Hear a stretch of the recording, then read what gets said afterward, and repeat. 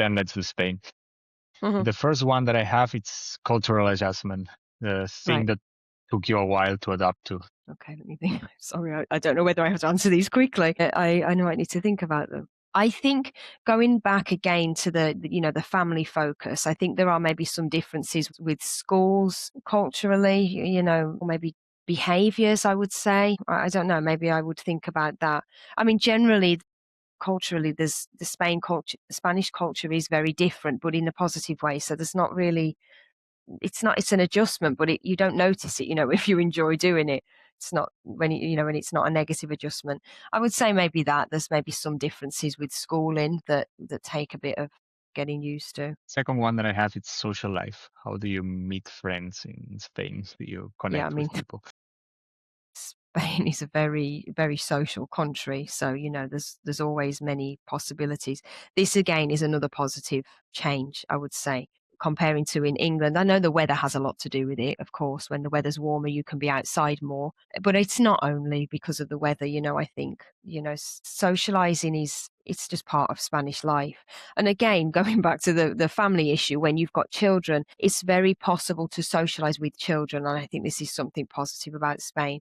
You can go out in the summer 12, 1 o'clock, and the children are out still playing in a bar, and in England, there's no way you would take your child out to a bar at 12 o'clock at night, regardless of the season. Probably there'd be safety issues as well as many other issues, but this is a positive about the social side of Spain. Makes a lot of sense. Third one that I have, it's language. Right. Are you learning Spanish? Do you speak Spanish? Any learning tips? My Spanish is definitely not as good as it should be. I know that. It needs improvement. That being said, I don't expect people to speak English. I live in Spain. I have to communicate in Spanish, but it needs work, let's say. At the moment, I do struggle to find time to study. In terms of speaking, of course, I can practice speaking, but probably, as I'm a teacher, I know what sort of things I need to do to learn a language. And I think I need to put a bit more time into the academic aspect. Nice. Fourth one that I have, it's cost of living. Right. How is it in the south of Spain? Because I know that changes a lot depending on where you are, but what is surprisingly cheap, what is surprisingly expensive, how much costs living in there? Yeah, I mean, it depends what you're comparing it to, I guess. And I can't remember really cost of living in UK to compare it. Maybe it's not so much cost of living, but what I would say is the property prices are quite high. This is something, maybe they are higher in comparison to everything else. Generally the cost of living is okay. You can get things for a reasonable price, but property prices, especially where we are very, very high in relation to other things. I see. Related to that, actually, the fifth one is finding a home or finding an apartment. How do you find apartments? How do you search? What is the hardest part of the process of getting a property in Spain? Yeah. This I think probably varies quite a lot depending on where you are in Spain. But if you are in a holiday region, where there's popular with tourists, the main thing, if you don't, well, there's obviously different issues with renting and buying. But for example, if you're renting, it's very hard to find a long-term rental because a lot of property owners, they'll rent from usually September till June. And then who knows what you're expected to do in the summer. But it's very hard to get it all year round, a rental. So this is an issue with renting. I believe that there's a lot of suggested changes to try and improve this situation, but it is very challenging for people that live somewhere long term. I see. Sixth one I have, it's living like a local. What's the thing that you kind of like now do to try to blend in with Hmm. your life, or the mistakes to avoid to not be a spot in the middle of Spanish people? I don't know about that, the things that we don't do. But again, like living, like I said about the social aspect, in the summer especially, this is how you do automatically adapt to this. I find often when people visit me, they'll want to go out. It's normal for them to want to leave, to go out early, like 8 o'clock. But generally locals in the summer, they don't go out till about at least 10 o'clock. They'll go out at 10 o'clock at night. At the weekends, obviously, they stay longer, and it's normal, 12, 1, 2 to still be out. And it's normal for us as well. When you live somewhere all year, you kind of adapt to this lifestyle of going out very late in the summer. But yeah, often if people come to visit me, I notice that struggle a bit with this, because they're used to their timetable, their normal hours, and it's hard to adapt. But yeah, You end adapting to your timeline or time schedule to whatever you live. That's kind of normal, I think. Yeah, yeah, you makes have sense. to. Seventh one that I have, maybe not from your own exact experience, but from friends and people that you have around. How is the work life or the work culture in the Yeah, south of Spain right now? that is hard for me to answer. I, I don't know. I guess it obviously varies, but in what way? What do you mean? In regards of timing schedules, like it's more laid out, it's more relaxed, it's more an environment where people Hmm. it's more like Right. stressed Okay. and Yeah. So it's more relaxed generally in Spain. It's quite relaxed. It's quite okay to take a long time to get back to people. That's one of the main things. You don't always get a response to things, even at work if it's something important. Obviously, if it's really important, I guess that you do get a reply, but you can expect to wait a while, and it's quite normal. Timing. I mean, of course, when you've got to be at work at a certain time, you have to be there, but a few minutes here and there, it's not such a problem. I mean, there are times where I've been to a shop that's supposed to open at 5:30, after the siesta, and it's not. People are standing outside. It's like 5:45. Maybe they'll open then, maybe they won't. I see. Sounds familiar. The next one, it's getting around. How do you move around the city? It's public transport good? You need a car?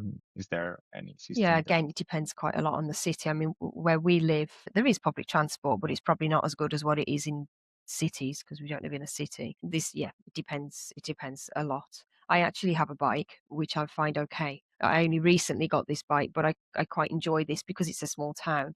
And there's also, I think it's quite common in a lot of the coastal areas. There's a lot of cycle paths and they're always next to the sea. So this is quite a nice way to travel around, if you're only traveling within your town, I think a bike is a good idea, because you're quite mobile and the weather as well allows it. Obviously, in the winter, it's a bit unpredictable, but taking the whole year into account, it's quite a good place to travel by bike, I think. next one, I mean, you touched it from giving birth for sure. So the healthcare, how does the system work? Is it good? It's easy to access the quality. Yeah, I mean, overall, Spanish healthcare, public healthcare is good. I couldn't say that it's bad. I don't think there's any issues, any different issues to what other countries have.